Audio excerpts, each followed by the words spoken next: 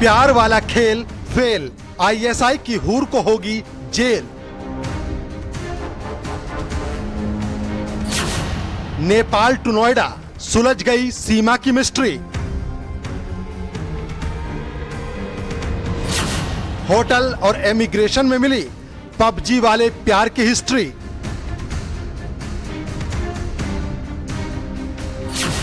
ATS ने NIA को भेजी सीमा की कुंडली।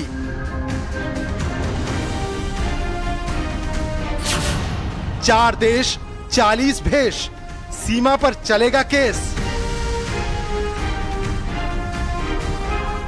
अब आईबी और रॉ के रडार पर सीमा।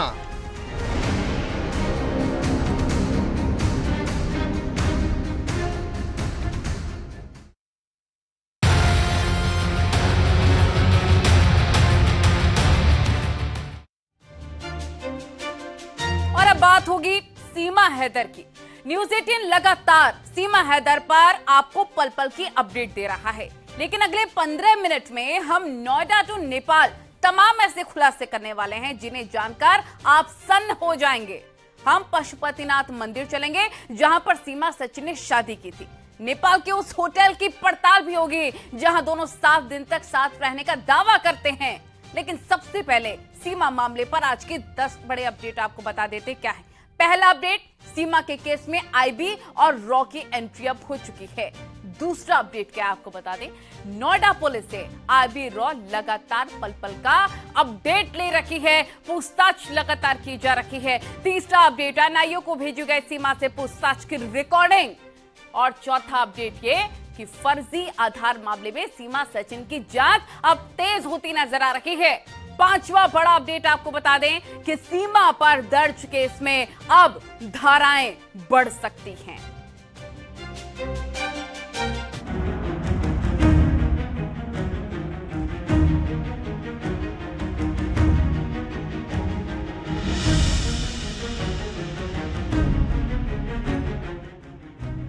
अठारह घंटे की पूछताछ।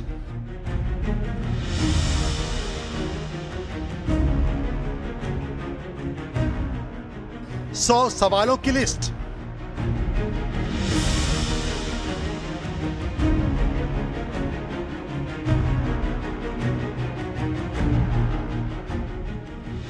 एटीएस की जांच का चक्रव्यूह।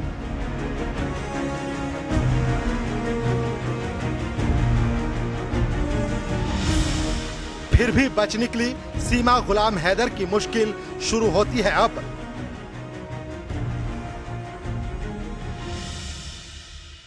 देश की 2 सबसे बड़ी खुफिया एजेंसियां आईबी और रॉ अब एक्टिव हो गई हैं।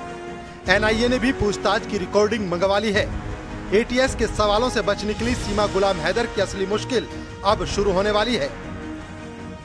सीमा और सचिन मामले में नोएडा पुलिस ने अपनी जांच तेज कर दी है। आपको बता दें, एक तरफ एटीएस की जांच जहां पूरी हो गई है, वहीं नोएडा पुलिस की जांच अभी चल रही है। इसके अलावा जो रॉ है और इंटेलिजेंस एजेंसी है वो लगातार नोएडा पुलिस के संपर्क में है और जिस तरीके से जानकारी मिली है, नोएडा अधिकारियों से आज भी मुलाकात की है रॉ और इंटेलिजेंस ब्यूरो के लोगों ने। आपको बता दें, 3 आधार कार्ड मिले थे। उन आधार कार्ड की अब जांच तेज कर दी गई है। आखिर किसकी मदद से वो आधार कार्ड बनाए गए और वो आधार कार्ड जो बनाए गए हैं उसमें डॉक्यूमेंट, जो सपोर्टिंग डॉक्यूमेंट है, वो क्या लगाया गया है, इसकी जांच पड़ताल की जा रही है। एटीएस की जांच के बाद एक तरफ नोएडा पुलिस ने जांच तेज कर दी है, तो दूसरी तरफ आईबी और रॉ लगातार नोएडा पुलिस के संपर्क में हैं। आईबी और रॉ के अधिकारी नोएडा पुलिस से डिटेल ले रहे हैं। नोएडा पुलिस 4 जुलाई को दर्ज एफआईआर में धाराएं बढ़ा सकती है। सीमा के 3 फर्जी आधार कार्ड को लेकर भी जांच की जा रही है। फर्जी आधार कार्ड बनाने के लिए कौन कौन से दस्तावेज दिए गए, इसकी भी जांच जारी है। यानी एक तरफ देश की सबसे बड़ी खुफिया एजेंसियां सीमा की कुंडली खंगाल रही हैं, तो दूसरी तरफ नोएडा पुलिस की जांच में भी तेजी आ गई है। माना जा रहा है कि आने वाले वक्त में जो नोएडा पुलिस ने पहली एफआईआर दर्ज की थी भारतीय विदेशी अधिनियम सेक्शन 14 और 120 बी के तहत, उसमें धाराएं तरमीम की जा सकती हैं। अगर ये फर्जीवाड़ा सामने आता है तो 420, 467, 468 ये तमाम धाराएं इस मामले में बढ़ाई जा सकती हैं। फिलहाल जांच तेज कर दी गई है और ऐसा माना जा रहा है कि नोएडा पुलिस आने वाले वक्त में इंटेलिजेंस ब्यूरो और रॉ की मदद से एक बड़ा खुलासा कर सकती है। सीमा पर नए सिरे से जांच इसलिए भी जरूरी हो जाती है क्योंकि कई ऐसे सवाल हैं जिनके जवाब अब भी नहीं मिल पाए हैं। शारजाह और नेपाल में खरीदे सिम का क्या हुआ? सीमा सचिन को किसके हॉटस्पॉट से कॉल कर रही थी? नेपाल के होटल में सीमा और सचिन फर्जी नाम से क्यों रुके? सीमा को इंडो नेपाल बॉर्डर पर सबसे कम चेकिंग वाला रूट कैसे पता चला? सीमा को भारतीय ग्रामीण महिला वाला लुक किसने दिया? ऐसे सवाल इसलिए भी उठ रहे हैं क्योंकि शक है कि नेपाल में भी सीमा के मददगार मौजूद हो सकते हैं। ये वो रजिस्टर है, इस रजिस्टर की हम बात कर रहे थे न्यूज़ 18 इंडिया पर। हम इसको जांचने के लिए हिंदुस्तान से नेपाल में इसलिए आए हैं क्योंकि हमें इस रजिस्टर की असलियत चाहिए थी। क्योंकि ये जो रिकॉर्ड रूम है, यहाँ पर अभी जो लोग थे, यहाँ पर जो स्टाफ के लोग थे, उन्होंने यही जानकारी दी क्योंकि कोई भी नहीं बताना चाहता कि वाकई में यहाँ पर क्या ऐसा क्या हुआ था। लेकिन जो स्टाफ था उन्होंने हमें जानकारी दी और ख़ासतौर से न्यूज़ 18 इंडिया ने ये आपको दिखाया कि इस रजिस्टर में कोई भी नाम नहीं है। सीमा हैदर का भी नाम नहीं है, सचिन का भी नाम नहीं है। और जब क्या वो दूसरे नाम से शादी कर सकते हैं, ऐसा जब हमने यहाँ पर पूछा तो ये भी इसकी जांच चल रही है। हालांकि क्या एटीएस की टीम यहाँ आई थी? अभी तक नहीं आई है। अच्छा, एटीएस की टीम भी यहाँ पर नहीं आई। सिक्योरिटी एक्सपर्ट के मुताबिक नेपाल में आईएसआई का बड़ा नेटवर्क है। अग्निवीरों की भर्ती मामले में भी आईएसआई की भूमिका सामने आई थी। तब भी आईएसआई के ऑपरेटर नेपाल के पूर्व अफसरों और जवानों से मिले थे जो भारतीय फौज से रिटायर होने के बाद वहां बस गए हैं। ऐसे में सीमा को तैयार करना आईएसआई के लिए नेपाल में मुश्किल काम नहीं था।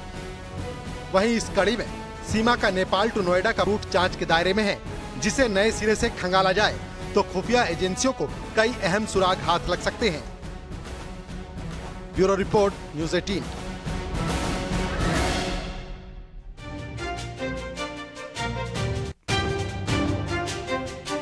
तो सीमा सचिन ने नेपाल के पशुपतिनाथ मंदिर में शादी का दावा किया था।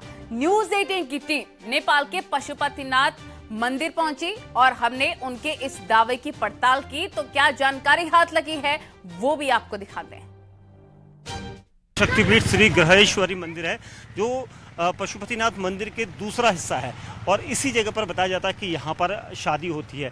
तो इस पूरे सीक्वेंस में काफ़ी कुछ है क्योंकि नोएडा पुलिस जब जांच कर रही थी तो ये बताया जा रहा था कि नेपाल के पशुपतिनाथ मंदिर में भी वो जाएंगे क्योंकि एटीएस की टीम यहाँ पर रवाना होगी, ये कहा गया है। लेकिन अभी तक हमें जानकारी मिली है कि एटीएस की टीम यहाँ पर नहीं पहुँची है और वो यहाँ पर उस जानकारी को लेना चाहती है जिसका दावा इन दोनों ने किया था। दोनों ने कहा था कि प्यार की खातिर ये वो यहाँ पर क्या वाकई में इन दोनों की शादी हुई थी या नहीं, ये देखना होगा। क्योंकि हम इसको दिखाने के लिए आपको अंदर की तस्वीरें भी लेकर जाएंगे क्योंकि ये ऐसा मंदिर है जहाँ पर सिर्फ हिंदू धर्म के लोगों को ही परमिशन होती है, उन लोगों के ही विवाह होते हैं। अगर यहाँ पर सीमा हैदर आई थी और सचिन के साथ शादी करने आई थी तो ये देखना होगा कि क्या उन्होंने अपना नाम बदला था क्योंकि सीमा हैदर मुस्लिम समुदाय से है और यहाँ पर मुस्लिम समुदाय की एंट्री नहीं होती और ये कहा जाता है कि ये हिंदू देवताओं का मंदिर है और यहाँ पर जो शादी होगी वो उसी रीति रिवाज से होगी जो यहाँ पर हिंदू धर्म में। और यहाँ पर ख़ास तौर से लिखा भी गया है, आप यहाँ पर बोर्ड देख सकते हैं, इसमें लिखा गया है entrance for the Hindus only, यानी जो हिंदू है उसी की यहाँ पर एंट्री है। तो सीमा हैदर और ग्रेटर नोएडा के रबुपुरा में रहने वाले सचिन मीणा ने जिस तरह से दावा किया था कि उन्होंने नेपाल के पशुपतिनाथ मंदिर में 10 मार्च को शादी करी थी और 10 मार्च के दौरान 10 मार्च से 17 मार्च तक वो यहाँ पर रहे थे और उस दौरान उन्होंने एक होटल लिया था। उस होटल के बाद उन्होंने इसी जगह पर शादी करने का दावा किया है। तो सीमा पर सस्पेंस बरकरार है। तमाम सवाल जिनके किसी के पास जवाब नहीं है, ऐसे में सवाल उठता है कि इन सस्पेंस से पर्दा कब उठेगा और सीमा के साथ आगे क्या होगा। चलिए इन संभावनाओं को भी टटोल लेते हैं। पहला ऑप्शन केस चलेगा, सीमा को जेल भेजा जाएगा। ये कई ऑप्शंस है कि क्या क्या हो सकता है। देखिए, दूसरा ऑप्शन ये है कि सीमा वापस पाकिस्तान भी चली जाए, ये भी एक ऑप्शन है। तीसरी संभावना कि पाक में खतरा देखते हुए हो सकता है कि सीमा को नेपाल शिफ्ट किया जाए। भारतीय वीजा मिलेगा, सचिन के साथ रहेगी, ये भी एक लास्ट और चौथा ऑप्शन नजर आ रहा है। तो ये कुछ ऑप्शन है जो संभावनाएं हैं जो सीमा को लेकर बनती नजर आ रही हैं कि हो सकता है कि सीमा पर केस चले, हो सकता है नेपाल शिफ्ट कर दिया जाए, सीमा को, या फिर हो सकता है कि वीजा मिल जाए भारत का और सचिन के साथ ही सीमा रहने लग जाए भारत में ही। लेकिन फिलहाल अभी राह इतनी सीमा की आसान नहीं है। अभी एनआईए एटीएस लगातार पूछताछ कर रही हैं, जांच पड़ताल कर रही हैं। उसके बाद ही कुछ स्पष्ट हो जाएगा कि क्या ये पाकिस्तानी जासूस है सीमा, या फिर सच में सचिन के पबजी लवर है। सीमा हैदर वाले मुद्दे पे देखिए, इस मामले की जानकारी है हमारे पास और अदालत में इसकी पेशी हुई थी और उसके बाद उनको जमानत दे दी गई। वो बेल पे है बाहर और मामले की जांच चल रही है और आगे की जानकारी उपलब्ध होने पर हम आपको बताएंगे। अभी के लिए बस मेरे पास इतना ही है कहने के लिए कि जानकारी। सर, नीरज हूं न्यूज 18 इंडिया से। सीमा हैदर को लेकर पाकिस्तान ने कॉन्सुलर एक्सेस मांगा है, क्या विदेश मंत्रालय का रुख है और क्या कॉन्सुलर एक्सेस दिया जा सकता है इस मामले में? नीरज, आपका प्रश्न था सीमा हैदर वाले मुद्दे पे। देखिए, इस मामले की जानकारी है हमारे पास और अदालत में इसकी पेशी हुई थी और उसके बाद उनको जमानत दे दी गई। वो बेल पे है बाहर और मामले की जांच चल रही है और आगे की जानकारी उपलब्ध होने पर हम आपको बताएंगे। सीमा का क्या हो सकता है, ये तो 4 ऑप्शन के माध्यम से हमने आपको बताया। लेकिन सीमा पर शक की वजह ये भी है कि नेपाल टू नोएडा के पूरे रूट को आईबी संदिग्ध मान रही है। अब तो उस फर्टाइल मालिक ने भी सीमा सचिन की मिस्ट्री से पर्दा उठा दिया है और वो सच सबके सामने आ चुका है, जिसे जानकर खुफिया एजेंसियां भी सन्न रह गई हैं। वो क्या है, सवाल जवाब, वो कौन सी ऐसी चीजें हैं जो शक पैदा करती हैं, इस रिपोर्ट में देखें।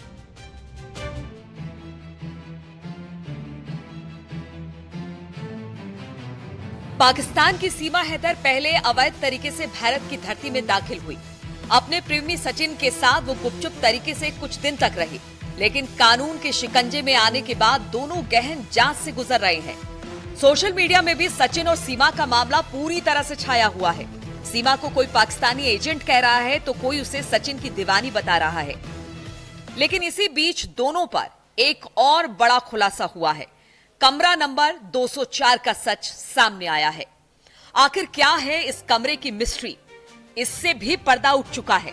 मार्च के महीने में सचिन और सीमा हैदर नेपाल की राजधानी काठमांडू गए थे और यही है काठमांडू का वो new Vinayak Rolpa Jaljala Rukmeli guest house, जिसमें दोनों आए और करीब 1 हफ्ते तक साथ में रहे। दोनों ने अपनी पहचान छिपाई और किसी को कानो कान खबर तक नहीं हुई कि सीमा पाकिस्तानी नागरिक है।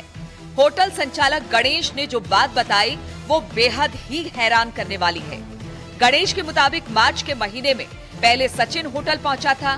होटल के रिसेप्शन पर जाकर उसने अपने नाम की एंट्री करवाई, लेकिन उसने अपना असली नाम नहीं बताया। रजिस्टर को खंगाला गया। इसके बाद होटल संचालक गणेश की नजर एक नाम पर पड़ी और थोड़ी देर सोचने के बाद उसे सब कुछ याद आ गया। सचिन ने शिवाश नाम से होटल के रजिस्टर में अपना नाम लिखवाया था। कस्टमर है तो हम लोग एंट्री करते वक्त नंबर, उनका नाम, कहाँ से आए वो रखते। तो इंडिया से आए तो डायरेक्ट हम लोग इंडिया और उनका नाम लिखते तो रख देते। तो ज़्यादा से ज़्यादा लोग मंदिर पशुपतिनाथ दर्शन करने के लिए आते, तो हम लोग उतना केयर भी नहीं करते। तो हमको जब न्यूज़ में दिखा तो मालूम पड़ा, हाँ वो लोग सीमा सचिन था। वो लोग जब एंट्री किया था दूसरे नाम से किया था। वो लोग का शिवांश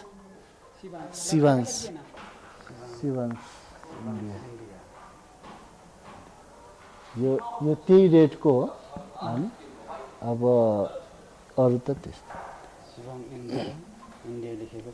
इंडिया डिपोजिट आईसी 500 गए थे।